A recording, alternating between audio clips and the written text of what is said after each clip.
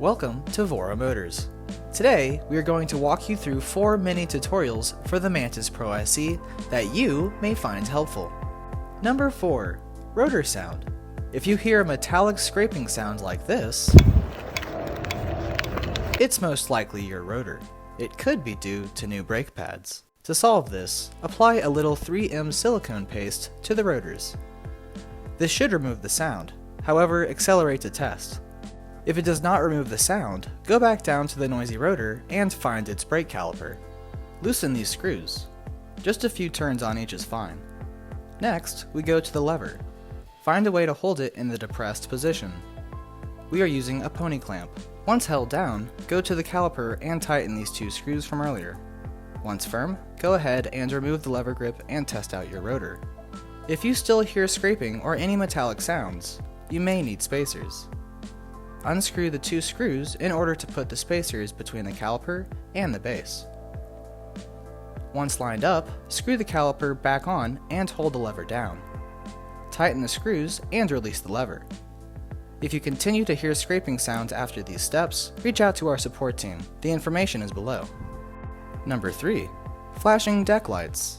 If the deck lights on your MPSC flicker while riding at low battery, it is because the battery prioritizes its remaining power for the motors. A good way to avoid this is to make sure your scooter is always charged up before going out at night.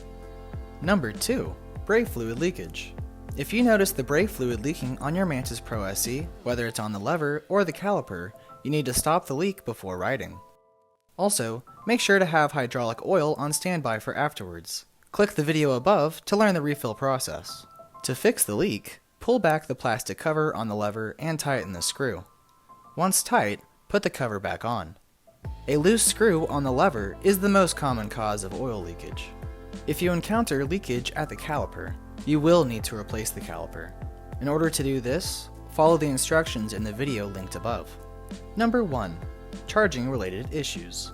Charging the Mantis Pro SE is simple. Just remove the charging port cap and plug in the charger. When the light turns from green to red, this means it is charging. If the light stays green, you will need to replace the fuse. To do this, first remove these 2 screws on the bottom of the scooter at the front. Pull this front cover away and let it hang. Remove the tape from under the silicone mat and unscrew each of the deck screws. Open up the deck and place the cover to the side. Lift the battery out of the cavity using a metal spoon tool.